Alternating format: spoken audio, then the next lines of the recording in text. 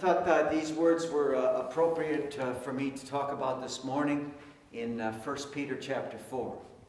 Beloved, do not be surprised at the fiery ordeal that is taking place among you to test you. And I don't think specifically this was referring to what was going to happen today, but it is apt words for us in our world today. And at the end of the verses, it talks about discipline yourselves, keep alert. Like a roaring lion, your adversary, the devil, prowls around looking for someone to devour. Resist him, steadfast in your faith, for you know that your brothers and sisters in all the world are undergoing the same kinds of suffering. I don't necessarily believe the devil is prowling around, and that's not a part of my theology, the devil and hell. But I do believe that we have to stand steadfast in our time of suffering. And the thing we have to resist is to despair. And that's what our faith is all about. And we ask God to give us a stronger faith so that we can resist the propensity that many people have to despair at times like this. It is a time of suffering. And as Eckhart Tolle has said, I listened to him the other day on a podcast, it doesn't really what matters in your life. It doesn't matter the events that are happening in your life or in the world. It is the interpretation that we put on these events and the things that are happening.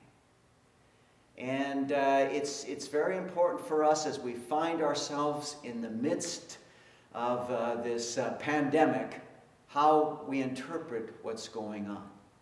And a lot of people interpret things negatively. Some people see this as God's punishment upon the world and upon certain people. I don't see it that way. But I see this, what is happening, as an opportunity for us.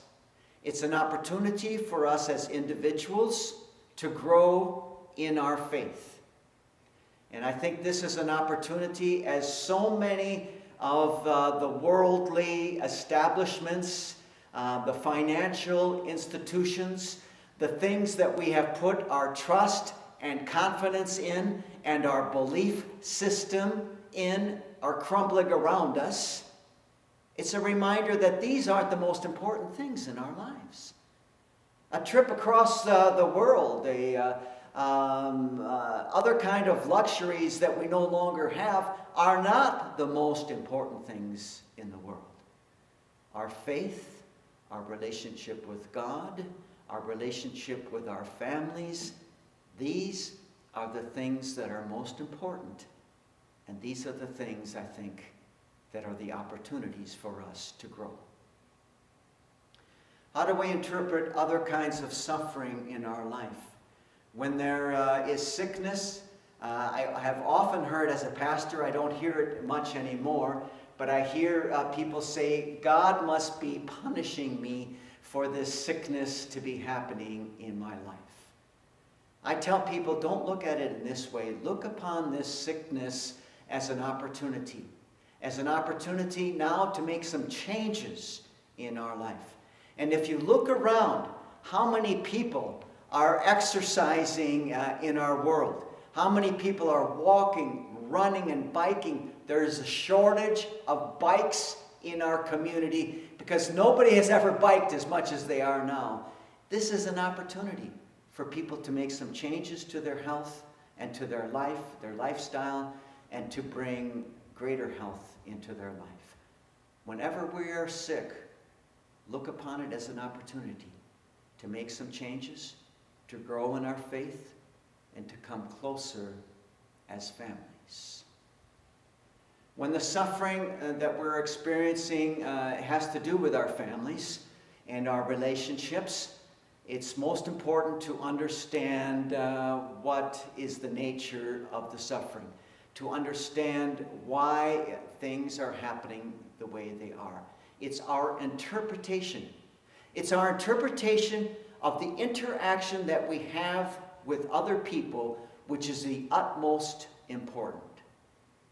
When we interpret what other people say and what other people do at face value, that's often when things start spiraling downwards.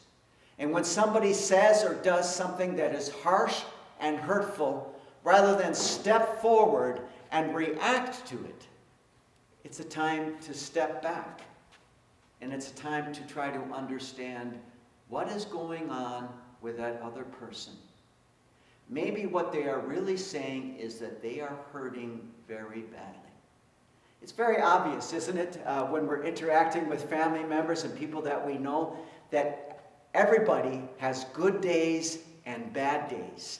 And when we react to somebody else's bad day, the chances of us having a bad day because of that reaction are extremely high. If we step back and try to see the way things really are and what's really happening, things can change. An opportunity presents itself in the relationship. And I see that so many times. People react and respond, and if they stepped back and took a breath and tried to understand really what's going on, and really what's going on in another person's heart, it would change the dynamic of the relationship. Suffering happens all the time. This is not the first time in the history of the world. And there have been a lot worse things that have happened than is what is happening now. But this, again, is an opportunity for the world. It's an opportunity for the world leaders. It's an opportunity for spiritual leaders and for families to step back and try to see what's happening and try to understand what's going on in our lives and see it as an opportunity for growth.